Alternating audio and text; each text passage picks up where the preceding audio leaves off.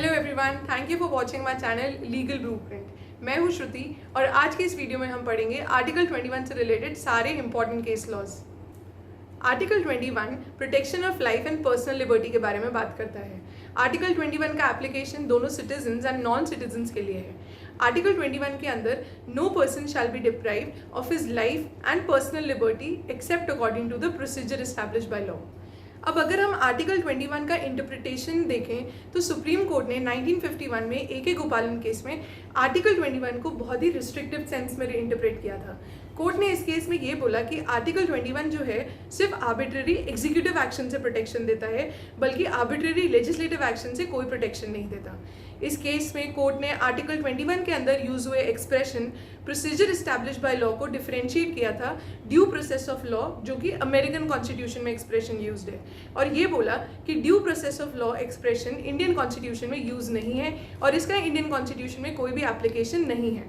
Procedure established by law का मतलब है procedure which is prescribed in the law enacted by the state. मतलब state के बनाए हुए लॉ में जो प्रोसीजर मेंशन्ड है वो होता है प्रोसीजर एस्टैब्लिश्ड बाय लॉ। इसके बाद 1978 में मनिका गांधी केस में सुप्रीम कोर्ट ने ए गोपालन वाले जजमेंट को ओवररूल करा और आर्टिकल 21 को बहुत ही लिबरल सेंस में इंटरप्रेट किया।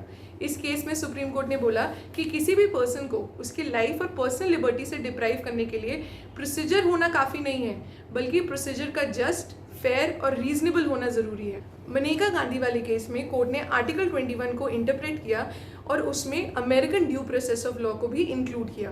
कोर्ट ने यहाँ पे आर्बिट्ररी एग्जीक्यूटिव एक्शन के साथ साथ आर्बिट्ररी लेजिस्लेटिव एक्शन से भी सिटीजन्स एंड नॉन सिटीजन्स को प्रोटेक्शन दी। कोर्ट ने इस केस में ये भी बोला कि राइट टू लाइफ का मतलब अंडर आर्टिकल 21 सिर्फ एनिमल एग्जिस्टेंस नहीं है, बल्कि right to live with human dignity है। Over the years Supreme court ने आर्टिकल 21 को इंटरप्रेट करते हुए इसमें काफ़ी सारे राइट्स को इंक्लूड करा, जैसे right to sleep, right to livelihood, right against arbitrary detention, right to die और भी बहुत सारे राइट। तो एक बार ये सारे केस लॉज देखते हैं जिनमें ये सारे राइट्स इवॉल्व हुए। आर्टिकल 21 के अंदर एक और इम्पॉर्टेंट टॉपिक है, वो है कॉन्स्टिट्यूशनैलिटी ऑफ डेथ पेनल्टी। सबसे पहले 1973 में सुप्रीम कोर्ट के कॉन्स्टिट्यूशनल बेंच ने Jagmohan Singh versus state of UP में ये डिसीजन दिया कि capital punishment is not violative of article 21 और कोर्ट्स जो है डेथ सेंटेंस इम्पोज कर सकते हैं on the basis of facts and circumstances of the case और नेचर ऑफ क्राइम को कंसिडर करते हुए।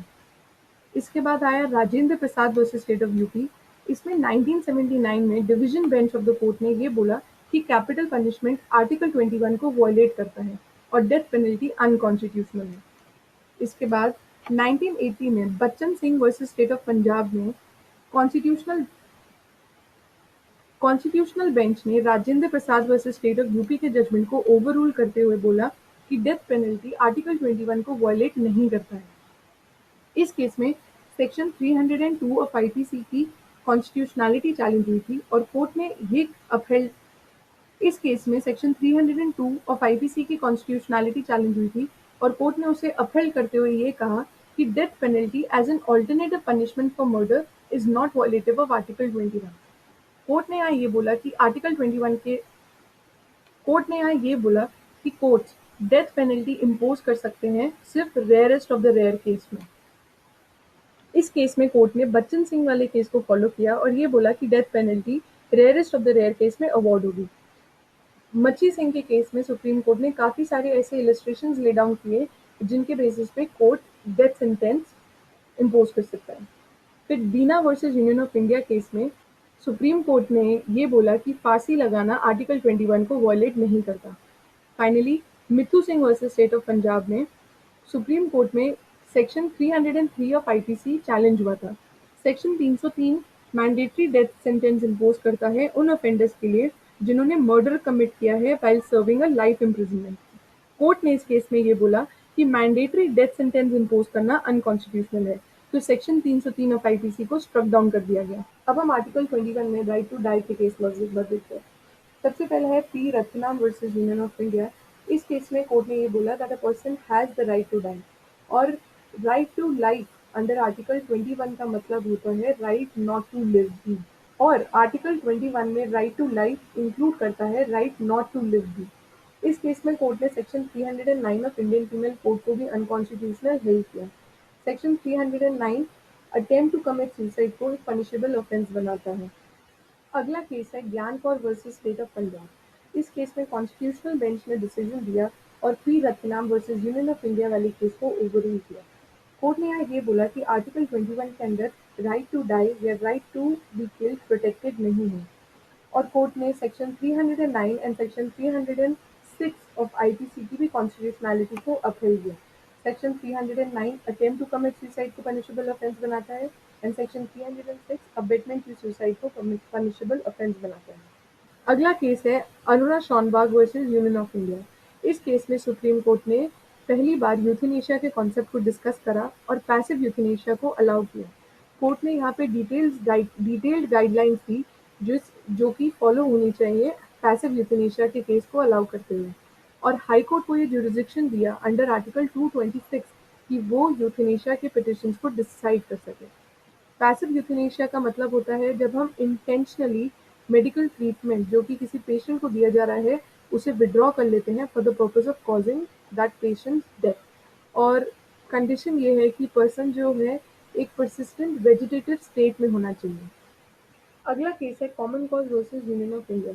इस केस में सुप्रीम कोर्ट ने आर्टिकल 21 के अंदर right to die with dignity को रिकॉग्नाइज किया और ये बोला सिर्फ पैसिव यूथेनेशिया के फॉर्म में राइट टू डाई एक्सरसाइज किया जा सकता है और वो भी सिर्फ टर्मिनली इल या फिर पेशेंट जो कि परमानेंट वेजिटेटिव स्टेट में है वो ही एक्सरसाइज कर सकते हैं। इस केस में एडवांस डायरेक्टिव और लिविंग विल को भी रिकॉग्नाइज किया गया। लिविंग विल या एडवांस डायरेक्टिव एक ऐसा डॉक्यूमेंट होता है जिसमें एक पर्सन पहले ही इंस्ट्रक्शंस दे देता है फ्यूचर में दिए जाने वाले मेडिकल ट्रीटमेंट के लिए। राइट टू प्रिवेसी के आर्टिकल 21 के अंदर काफ़ी सारे इंपॉर्टेंट केस लॉज हैं। सबसे पहले एमपी शर्मा केस और खरक सिंह केस में सुप्रीम कोर्ट ने ये बोला कि आर्टिकल 21 के अंदर राइट टू प्रिवेसी नहीं है।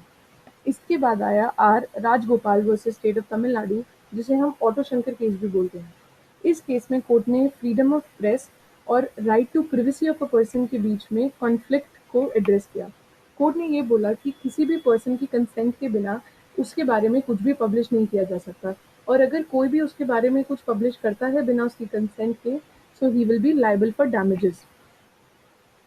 फिर इसके बाद आया PUCL versus union of India. इसको हम फोन टैपिंग केस भी बोलते हैं। कोर्ट ने इस केस में ये बोला कि tapping of phone is an invasion of right to privacy of an individual और राइट टू प्रिवेसी आर्टिकल 21 के अंदर प्रोटेक्टेड है। फाइनली 2017 में कोर्ट ने जस्टिस के S Puttaswamy versus union of India में इस डिबेट को फिनिश किया कि आर्टिकल 21 के अंदर राइट टू प्रिवेसी है या नहीं। 9 जजेस बेंच का ये डिसीजन था जिसमें कोर्ट ने ये बोला कि आर्टिकल 21 के अंदर राइट टू प्रिवेसी है और कोर्ट ने इस केस में एमपी शर्मा केस और खरक सिंह केस को ओवररूल किया और टेस्ट ले डाउन किया जिससे हम ये आइडेंटिफाई कर सकते हैं कि राइट टू प्रिवेसी इन्फ्रिंज हो रहा है या नहीं हो रहा है।